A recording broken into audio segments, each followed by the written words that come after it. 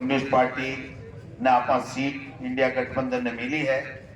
Comrade Amraram जी मार्क्सवादी communist party का उम्मीदवार है। कांग्रेस के गठबंधन के सागे चुनाव लड़ रहा है, अपना सबका उम्मीदवार है। अमराराम जी के बारे में ज्यादा बताने की आवश्यकता को नहीं। अमराराम जी जब से बचपन से छात्र जीवन से मां को जीवन संघर्ष में रहे हैं। किसाना के लिए, नौजवान के लिए, दलित के लिए, माइनॉरिटी के लिए, पिछड़े के लिए, मातृशक्ति के लिए, छोटे व्यापारी के लिए सड़क पर, विधानसभा में सब जगह लड़ाई लड़ी है। और पूरे संघर्ष के साथ में एक जगह 70 साल के लगभग हुआ है। वह समझदार होने के बाद में हमेशा पीड़ित मानवता की सेवा में लोगों की सेवा करी है। मैं समझूं कि यहाँ के व्यक्तित्व के धनी ने अगर आपने लोकसभा को उम्मीदवार मिलो है तो आप सब लोगों को धर्म बने कि आपने एक मौको देना चाहिए और लोकसभा के मायने सीकर से सांसद बना भेजना चाहिए। अपील करवाने मैं आपके बीच में गोविंद डोटासरा ठाकुर लाडलू विधायक के बीच में हाजिर हूँ। इसलिए आप सब लोग मदद करियो। अब कुछ चुनाव है 2024 को, कोई साधारण चुनाव नहीं है।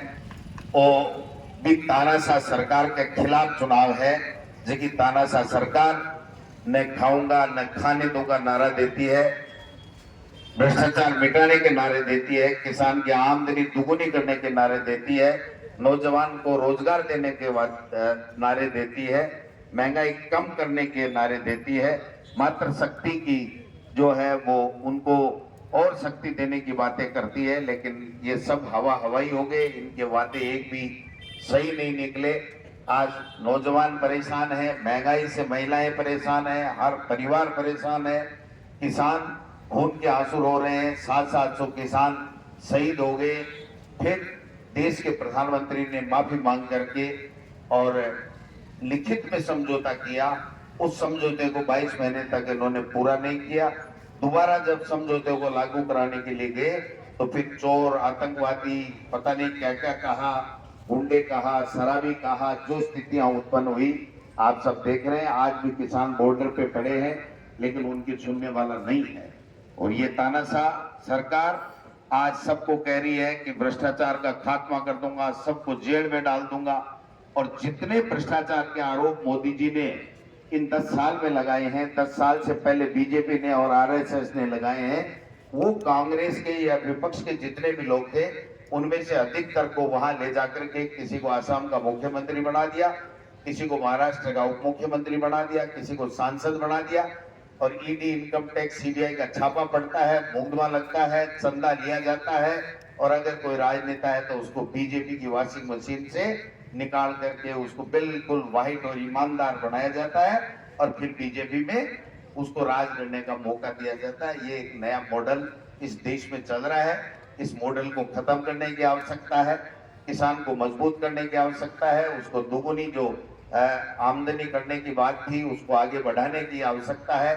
आज हम सब देख रहे हैं कि देश में क्या परिदृश्य है। संविधान को खत्म करने की बातें हो रही हैं, चेंज करने की बातें हो रही हैं, आरक्षण को समाप्त करने की बातें हो रही हैं और हर किसी को धमकाया जा रहा है, डराया जा रहा है और देख लेने की धमकी दी जा रही है। गांधी परिवार को धमकी दे रहे हैं। दो मुख्यमंत्री दिल्ली और वहां के हमारे हेमंत सोरेन जी झारखंड के, उनको मुख्यमंत्री रहते हुए जेल में डाल रहे हैं। और जिनको जेल में डालने की आवश्यकता थी और जेल में डालने की धमकी देते थे उनको आसाम का मुख्यमंत्री बना रखा है और महाराष्ट्र का उप मुख्यमंत्री अजीत पवार को बना रखा है। यह आप और हम सब जानते हैं। इसलिए भाइयों, जिस तरीके से मुझे आशीर्वाद देते रहे हो उससे 21 बन करके अमराराम जी को आप आशीर्वाद दो। हमारे यहाँ के लोकल सांसद ने 10 साल में कुछ नहीं किया। वो कहाँ के हैं, कहाँ से आए हैं, कहाँ जाएंगे, क्या किया क्या नहीं किया, कोई अता पता नहीं है, न कोई बताने को तैयार है। मैं समझता हूँ कि 10 साल का उनका जो कार्यकाल रहा है बिल्कुल बोगस कार्यकाल रहा है। किसी की पूछ नहीं की, किसी का काम नहीं किया, कोई सांसद में उन्होंने सवाल नहीं उठाए। ये वो अमराराम है जो आपकी लड़ाई के लिए कभी जयपुर के अमरूदों के बाग में वहां पर 10-10 दिन तक आपके संघर्ष की लड़ाई लड़ी है, बॉर्डर पे 13 महीने तक लड़ाई लड़ी है। इसलिए ऐसे उम्मीदवार को हमको वोट देना है। और 19 तारीख ने मैं आपसे आई रिक्वेस्ट करवाना आया हूँ, 19 तारीख ने जेकी मशीन आवेगी वोटा की भी मैं 2 नंबर के ऊपर अमरा राम को नाम आओगे, वहाँ की फोटो आवेगी, सामने एक नीलो बटन निशान आवेगा, वो भी नीले बटन में दबाओगा तो जोर से दबाओ, सी बोले, सी मऊ अमरा राम सांसद निकले और बाबा जी का मोरिया बोले, बाबा जी उठो आश्रम में जावे, बाको आश्रम को काम करवा दो और आने सांसद को काम करवा दो। और गोविंद डोटासरो राजस्थान में था की सेवा करेगो, पर्ची सरकार के नाक में नकेल डाल रखेगा, काम लाऊंगा, विकास का काम करांगा, कोई परेशान नहीं हुआ देगा। ऐसे धमकी देता ने तो धमकी देवाला भी माय माय सागे ही है।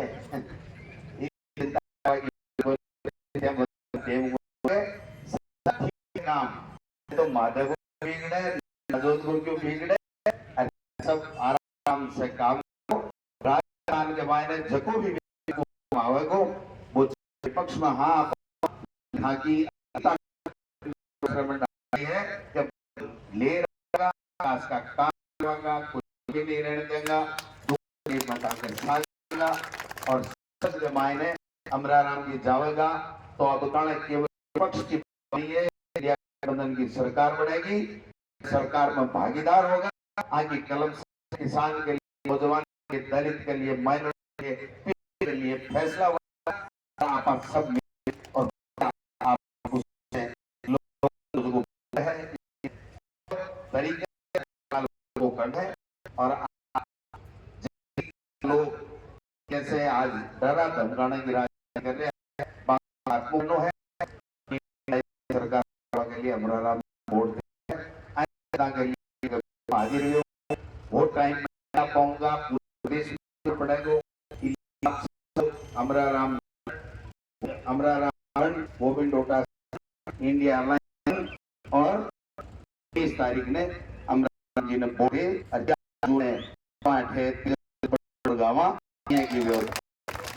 आप सब लोगों ने बहुत बहुत धन्यवाद। जय हिंद, जय भारत। मैं अमरा राम